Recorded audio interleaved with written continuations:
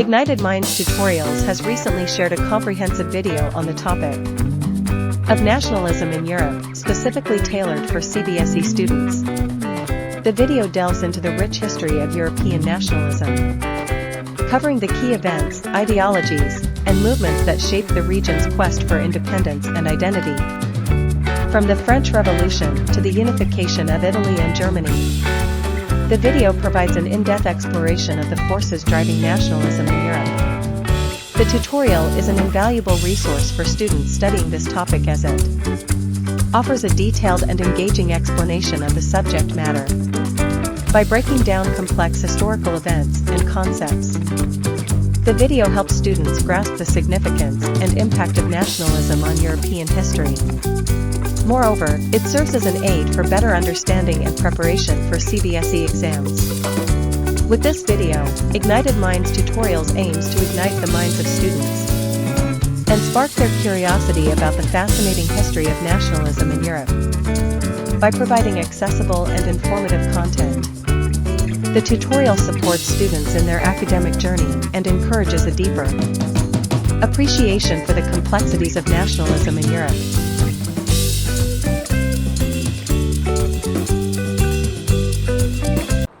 Okay, so बच्चा party यहाँ पे क्या होने लगा? French revolution and the idea of the nation. Businessman and small scale producers of goods in particular, ठीक है, they began to realise that uniform laws, standard weights and measures, ये सब लोगों को समझ में आने लगा. ठीक है, कि भाई साहब आपके यूनिफॉर्म लॉज होने चाहिए, मतलब लॉ जो मेरे लिए है वो तुम्हारे लिए भी है. ठीक है, ऐसा लॉ में कोई डिस्टिंक्शन ना हो. ठीक है, और क्या है भाई साहब, standardised weights and measures, proper weights and measures से बिजनेस ट्रांजैक्शंस हों. ठीक है, अब कॉमन नेशनल करेंसी. देखो पहले क्या होता था कि समझ लो पूना में कोई दूसरा करेंसी चल रहा है, मुंबई में कोई दूसरा करेंसी चल रहा है. करेंसी डिपेंड करता था रूलर पे. तो एक रूलर ने एक करेंसी छपा दी, उसमें अपना मोहर लगा दिया, दूसरे रूलर ने दूसरा करेंसी छपाया और उस पर अपना मोहर लगा दिया. तो ऐसा चलता था. ठीक है, so within regions there used to be different currencies involve. ठीक है, अ कॉमन नेशनल करेंसी. सो इससे क्या हो जाएगा भाई साहब, this would facilitate the movement and exchange of goods and capital from one region to another. तो इससे भाई साहब आपके गुड्स एंड कैपिटल मूवमेंट में सहूलियत होगी. ठीक है, the making of nationalism in Europe. However in the areas, ठीक है, जितने भी एरियाज कॉन्कर हुए थे, the reactions of the local population to French were mixed. देखो फ्रांस के लिए सबके बहुत ज्यादा रिस्पेक्ट थे, क्योंकि फ्रांस में जब नेपोलियन आया, नेपोलियनिक कोड के हिसाब से उसने बहुत सारे चेंजेस लाए. उन्होंने वेट्स एंड मेजर्स में चेंजेस लाए. उन्होंने भाई साहब प्रॉपर्टी राइट्स दिए लोगों को. ठीक है, और क्या चेंजेस थे भाई साहब, प्रॉपर्टी राइट्स दिए, फिर वेट्स एंड मेजर्स में चेंजेस लाया, आपके टोल्स को रिमूव किया, अननेसेसरी टैक्सेस को रिमूव किया. तो ये सारा सब कुछ किया. तो जब वो बढ़ने लगे तो लोगों का मतलब वेलकम जेस्चर था, आइए आइए हमारे यहाँ पे भी नेपोलियन जैसा कोई राजा बने, ऐसा उनका मतलब दिली तमन्ना था. ठीक है, they used to think about it, but they had a mixed reaction. थोड़ा मिक्स्ड रिएक्शन होने लगा. देखो कैसा होता है, इतनी बड़ी टेरिटरी को बहुत अच्छे से एफिशिएंटली मैनेज किया जा सकता है, लेकिन भाई साहब जब टेरिटरी बड़ी हो जाए तो उसको मैनेज करना मुश्किल हो जाएगा, क्योंकि लोगों के रहन सहन और चिंतन में फर्क पड़ेगा. ठीक है, so there will be differences. Okay, so यहाँ पे initially in many places such as Holland and Switzerland, as well as in certain cities like Brussels, Mainz, Milan and Warsaw, the French armies were welcomed as harbingers of liberty. ये आपको answer में लिखना पड़ेगा. ठीक है, harbingers of liberty. ओ आइए आइए, आपका इंतजार कर रहे थे हम, आपने भाई साहब हमको लिबरेट कर दिया. You have basically liberated us. ठीक है, people were waiting for the French armies to invade them, because they knew that Napoleon is a very strong ruler with very strong instincts of administration. ठीक है, they were very happy with it, so they were welcoming it basically. Initially in many places such as Holland and Switzerland, as well as in certain cities like Brussels, Mainz, Milan and Warsaw, the French armies were welcomed as harbingers of liberty. But the initial enthusiasm soon turned to hostility as it became clear, इससे भाई साहब clear हो गया, that the new administrative arrangements did not go hand in hand with political freedom. लेकिन धीरे धीरे भाई साहब ये क्लियर हो गया कि पॉलिटिकल फ्रीडम के साथ मतलब बहुत सारे फ्लॉज बाहर आने लगे. लोगों का बहुत हाई एक्सपेक्टेशन था, लेकिन धीरे धीरे उन्हें रियलाइज होने लगा कि it's not meeting the case. ठीक है, so but the initial enthusiasm soon turn to hostility, तो हॉस्टिलिटी में परिवर्तित होने लगा। अभी भाई साहब लोगों में ठसन होने लगा, एक भाई साहब एक क्लैश होने लगा, ठीक है। As it became clear that the new administrative arrangements did not go hand in hand with the political freedom, तो जो नया एडमिनिस्ट्रेटिव अरेंजमेंट था वो भाई साहब पॉलिटिकल फ्रीडम के साथ नहीं चल रहा था, ठीक है। नेपोलियन ने क्या किया, देखिए जब भी कोई साम्राज्य होता है जो विस्तार के मोड में है, ठीक है, इन एन एक्सपेंसिव मोड, तो उसको पैसा चाहिए रहेगा, बैटल्स लड़ने हैं, आर्मीज को मेंटेन करना है, ठीक है, तो ये सब के लिए पैसा चाहिए रहेगा। ये पैसा कहाँ से आएगा, लोगों से आएगा, और लोगों से आएंगे तो मतलब टैक्स बढ़ाएंगे अपन, ठीक है। तो due to constantly being on wars and in an expansion mode, Napoleon had no option but to impose higher taxes on citizens, and ये उनके लिए गलत बैठ गया, ठीक है। सो इंक्रीज टैक्सेशन, नेपोलियन ने भाई साहब टैक्सेस को बढ़ाया, सेंसरशिप बढ़ाया, ठीक है। सेंसरशिप मतलब क्या हो जाता है भाई साहब, so will study this in detail, ठीक है। फोर्स कॉन्स्क्रिप्शन इनटू फ्रेंच आर्मीज, कोई जैसे भाई साहब सूरज क्या है, एक मर्चेंट है, बिजनेसमैन है, लेट्स से, अभी नेपोलियन के रूल में आ गया वो, नेपोलियन को आर्मी में लोग नहीं मिल रहे, इसने सूरज को उठा लिया, भाई साहब चलो चलो आर्मी में ज्वाइन करो, बंदूक उठाओ लड़ाई करो, मुझे आर्मी में लोग चाहिए, मेरे को एक्सपैंड करना है, ठीक है। तो Suraj who was basically serving as a merchant और अ ट्रेडर और a businessman was now taken into the French army to fight wars, ठीक है। तो ये हो गया भाई साहब एक force conscription into the French आर्मीज, जबरदस्ती का भाई साहब डाल दिया गया, क्लियर है, समझ में आ रहा है ये। तो ये वो कारण है जिसके वजह से लोग नेपोलियन से इन्वेड होने के बावजूद भी फ्रस्ट्रेटेड फील कर रहे थे, दे वर फीलिंग फ्रस्ट्रेटेड, ठीक है। Compulsory enlistment for state service typically into the armed forces, ठीक है, कंपल्सरी हो गया, मतलब हर इंसान को जो 18 साल की उम्र को पास कर रहा है या 21 साल की उम्र को पास कर रहा है, उसको 2 साल भाई साहब आर्मी में देना ही पड़ेगा। The moment you are 21 years of age you will have to serve the army for 2 years, compulsory कर दिया ये, ठीक है, कंपल्सरी हो गया। Okay, so all seem to outweigh the advantages of the administrative changes, तो काफी सारे एडमिनिस्ट्रेटिव चेंजेस आए, प्रॉपर्टी राइट्स आया भाई साहब, ठीक है, people were considered as equal before the law, ठीक है, कोई पार्शियलिटी नहीं थी लॉ में, और भाई साहब क्या था, स्टैंडर्ड वेट्स एंड मेजर्स आए, ये सारे अच्छी चीजें आई, लेकिन साथ ही साथ ये भी आया, ठीक है, लोगों के ऊपर टैक्स बढ़ गया, ठीक है, लोगों को जबरदस्ती आर्मी ज्वाइन कराया जाने लगा क्योंकि आर्मी बढ़ाना था, तो ये सारे चीजें भी साथ में आई, ठीक है। Okay, the making of nationalism in Europe, eastern and central Europe were under the autocratic monarchies within territories of which lived diverse people. अभी देखो ये फ्रांस जो है तो अपनी कॉलोनीज को एक्सपैंड कर रहा है और अलग अलग जगहों पे अलग अलग तरीके और लाइफस्टाइल के लोग रहते थे। देखो होता क्या है, आप अगर कोई एडमिनिस्ट्रेटिव चेंज ला रहे हैं तो शायद एक प्रांत के लिए वो सही है लेकिन दूसरे प्रांत के लिए वो सही ना हो, ठीक है, क्योंकि अलग अलग लोग अलग अलग सर्कमस्टांसेस में रहते हैं। So maybe for me it is right but for the other it is not right, ठीक है। तो eastern and central Europe were under autocratic monarchies, तो ये भाई साहब ऑटोक्रेटिक मोनार्कीज के अंदर थे, within territories of which lived diverse people, तो अलग अलग डाइवर्स लोग रहते थे, डाइवर्स कल्चर के लोग रहते थे, ठीक है। Many diverse people used to stay there were in eastern and central Europe, ठीक है।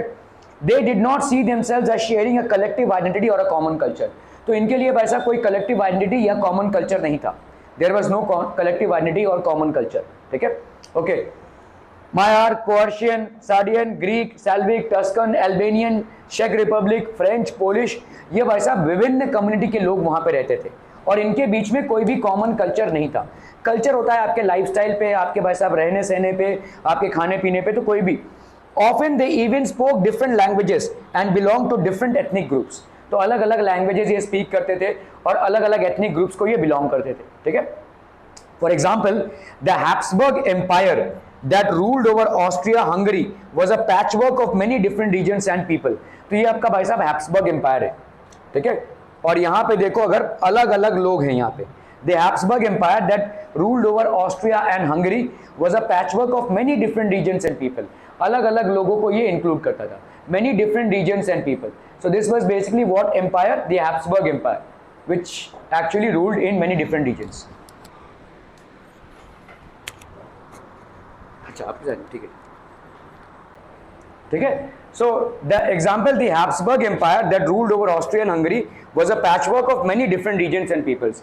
So बहुत सारे लोगों से ये बना हुआ था. ठीक है. Okay. It included the Alpine regions, the Tyrol, Austria and the Sudetenland as well as Bohemia, where the aristocracy was predominantly German speaking. तो ये सारा भाई साहब इंक्लूड करता था और यहाँ पे ज़्यादा करके भाई साहब जर्मन स्पीकिंग लोग ज़्यादा थे. ठीक है. Mostly it was German speaking people. Tyrol हो गया, ऑस्ट्रिया हो गया, सडेंटलैंड हो गया, बोहेमिया हो गया. It also included the Italian speaking provinces of Lombardy and Venetia. तो Italian speaking provinces of Lombardy and Venetia. ठीक है. ये आपका लंबार्डी हो गया, वेनेटिया हो गया. ठीक है. In Hungary half of the population spoke Magyar while the other half spoke a variety of dialects. ठीक है. इन हंगरी भाई साहब हंगरी में half of the population spoke Magyar. ठीक है. While the other spoke a variety of different dialects. तो अगर आप देखोगे अलग अलग लोगों के भाई साहब अलग अलग प्रांतों में अलग अलग लैंग्वेजेस होते थे. ठीक है. They had different languages to be spoken of. In Galicia the aristocracy spoke Polish. ठीक है. ठीक है. तो यहाँ पे पोलिश लैंग्वेज स्पीक हुआ करता था. ठीक है. Besides these three dominant groups, there also lived within the boundaries of the empire a mass of subject peasant peoples, Bohemians and Slovaks to the north. तो ये भाई साहब रहते थे यहाँ पे. ठीक है. Slovenes in Carinolia. ठीक है. Then we have Croats to the south. Then we have basically Romans to the east in Transylvania. तो ये सारे आपके भाई साहब अलग अलग कल्चर के लोग थे, अलग अलग भाई साहब भाषाओं के लोग थे. ठीक है. These were different people altogether. Such differences did not easily promote a sense of political unity. The only tie binding these diverse groups together was a common allegiance to the emperor. ठीक है. एक ही भाई साहब था. Binding the diverse groups together was a common allegiance to the emperor. ठीक है. Emperor के साथ भाई साहब common allegiance. Are we clear on this one people? ठीक है. Okay. The aristocrat. तो आप देखोगे कि इतने सारे मतलब टाइप के लोग थे कि इनको एक जगह यूनाइटेड रखना बहुत मुश्किल था, क्योंकि इनका कल्चर अलग था, इनका थिंकिंग प्रोसेस अलग था, इनका लाइफस्टाइल अलग था, सब कुछ अलग था. ठीक है. सो इसीलिए नेपोलियन भले ही अपने एडमिनिस्ट्रेटिव रिफॉर्म्स के साथ आए, लेकिन उनके कुछ कॉन्स भी थे.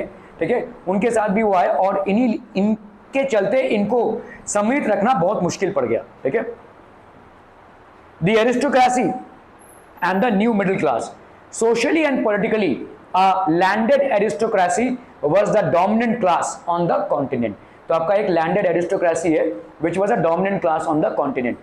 The members of this class were united by a common way of life that cut across regional division. ठीक है. तो आपका देखो socially और politically a landed aristocracy was the dominant class on the continent. तो पूरे भाई साहब यूरोपियन कॉन्टिनेंट में आपका ये जो डोमिनेंट क्लास था वो था एरिस्टोक्रेसी का, राजा महाराजाओं का. ठीक है. The members of this class were united by a common way of life that cut across the regional division. Common लोगों के बीच में डिफरेंसेस था, लेकिन इन्हीं लोगों के बीच में कोई डिफरेंसेस नहीं था. ये जो रूलर्स थे ये सेम लाइफस्टाइल रखते थे और सेम तरीका अपनाते थे पीजेंट्स पे रूल करने का. ठीक है. They used to have the same. Socially and politically, a landed aristocracy was the dominant class on the continent. The members of this class were united by a common way of life that cut across regional division. तो इनका भाई साहब एक common way of life होता था. They owned estates in the countryside and also town houses.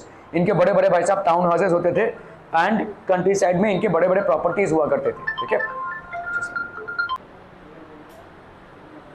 Okay, they owned estates in the countryside and also town houses. ठीक है. आपके भाई साहब estates और तो ये जो noblemen लोग थे, ठीक है, they used to enjoy huge properties. They spoke French for the purposes of diplomacy and in high society. तो अपना भाई साहब डिप्लोमेसी मेंटेन करने के लिए फ्रेंच स्पीकिंग करते थे. ठीक है. Their families were often connected by ties of marriage. जो बड़े बड़े लोग थे, जो राजा महाराजा थे, ये पूरे कॉन्टिनेंट में एक थे. ठीक है. ये एक दूसरे से फ्रेंच में बातें करते थे और इसकी बेटी उसके साथ शादी किया, ये ऐसा चलता था. उनका फैमिली टाई बहुत अच्छा था. ठीक है. It was very well managed. Okay. This powerful aristocracy was however numerically a small group.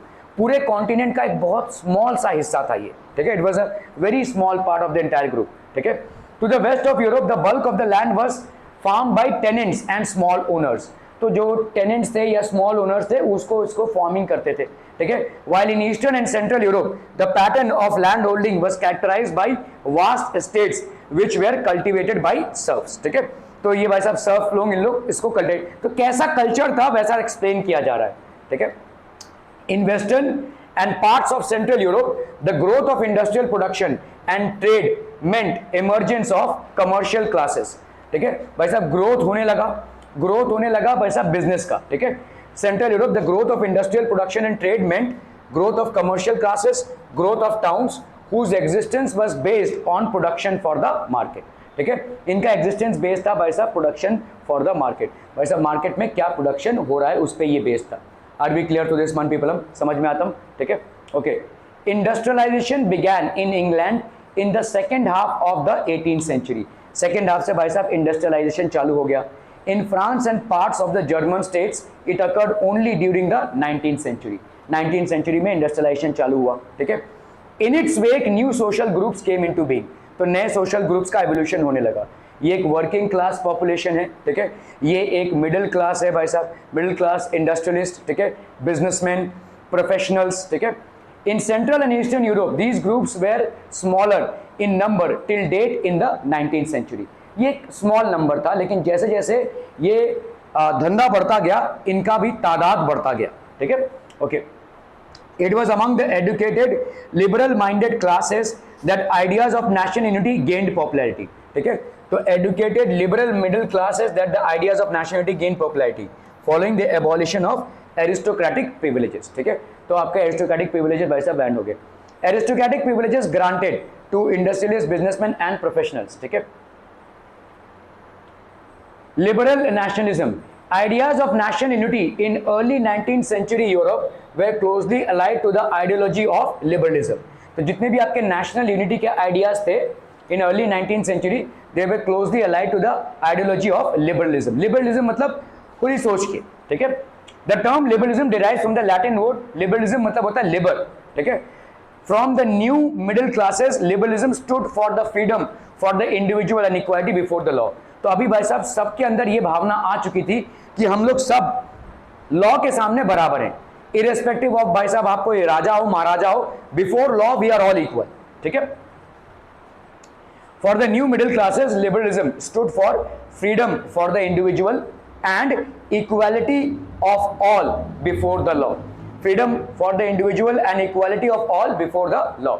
ये हो गया भाई साहब आपका लिबरल आउटलुक. ठीक है, politically it emphasized the concept of government by consent, that is democracy. ठीक है, तो government by consent, that is democracy. Liberalism had stood for the end of autocracy. autocracy क्या होती है भाई साहब? autocracy is आपका king का रूल. ठीक है, clerical privileges, जो आपके king के साथ जो लोग काम करते थे clerical काम, उनको भाई साहब बहुत सारे privileges मिलते थे. ये सब भाई साहब खत्म हो गया. a constitution, रिप्रेजेंटेटिव गवर्नमेंट, मतलब डेमोक्रेसी टाइप का सेटअप होने लगा थ्रू पार्लियामेंट. इस तरह से भाई साहब आपके चेंजेस आने लगे. Liberals also stress the inviolability of private property. ठीक है, तो जैसे आपने देखा कि हर एक का एक प्राइवेट प्रॉपर्टी होना नेपोलियन ने लाजमी कर दिया था. ठीक है, okay. Yet equality before the law did not necessarily stand for universal suffrage. लेकिन एक चीज रह गया. यूनिवर्सल सफरेज मतलब क्या होता है? ये सारे वर्ड्स आपको अपने आंसर्स में यूज करने हैं. What is universal suffrage? Universal suffrage is basically सारे लोग जो हैं वो वोट के एलिजिबल हैं. मतलब एनीबडी हु इज क्रॉसिंग 21 और 18 ईयर्स ऑफ एज, ठीक है, would be eligible to vote. ठीक है, suffrage is basically the right to vote. तो राइट टू वोट नहीं था. भले liberal minded people were actually demanding equality before law, justice before, मतलब जस्टिस फॉर ऑल, लेकिन एक चीज पीछे रह गई, वो था भाई साहब राइट टू वोट. मतलब जो पैसे वाले हैं उनको ही राइट टू वोट था. फिर आया भाई साहब women don't have the right to vote, only men have the right to vote. फिर ऐसे धीरे धीरे भाई साहब राइट टू वोट. तो जब भी आप राइट टू वोट को सीमित कर देते हैं तो आपका डेमोक्रेसी सक्सेसफुल हो ही नहीं सकता. पैसे वाले किसको सपोर्ट करेंगे? जो उनको पैसा बना कर दे. ठीक है, गरीब का वो थोड़ी देखेंगे. मेरे को ज्यादा और पैसे बनाकर जो दे सके, जो लीडर, मैं उसी को सपोर्ट करूंगा. ठीक है, सो ये था भाई साहब यूनिवर्सल सफरेज को वो नहीं ला पाए. This was a drawback. ठीक है, this was a drawback. Suffrage universal was not there. The first political experiment in liberal democracy of France and to get elected was granted exclusively to property owning man. जिनके पास खुद की property है वो ही vote कर सकते हैं. ठीक है, they had the privilege of voting. People who had basically the first political experiment in liberal democracy of France and to get elected was granted exclusively to property owing men. जिनके पास property है वो ही भाई साहब क्या कर सकते हैं, only they have the right to vote. ठीक है, मतलब पैसे वाले लोगों को ही वोटिंग का राइट मिला. Are we clear on this one people? ठीक है. Men without property and all women were excluded from political rights. और इसीलिए यहां पे नहीं बनता है कौन सा केस, यूनिवर्सल अडल्ट फ्रेंचाइजी, ये जो आपका है ये नहीं होगा, या यूनिवर्सल अडल्ट सफरेज ये नहीं होगा. ठीक है, क्योंकि women were not allowed to vote and men who didn't have any property in their name weren't allowed to vote. ठीक है, only men who had property were allowed to vote. The Napoleonic code went back to limited suffrage. ये Napoleonic code का एक disadvantage था. ठीक है, okay. It reduced women to the status of a minor subject to the authority of fathers and husbands. Women were treated as if they are minors. उनको भाई साहब हमेशा गार्जियन चाहिए, either in the form of their fathers or in the form of their husbands. ठीक है, okay. ठीक है भाई साहब, यहाँ तक ही रखते हैं आज. Thank you so much for your valuable time.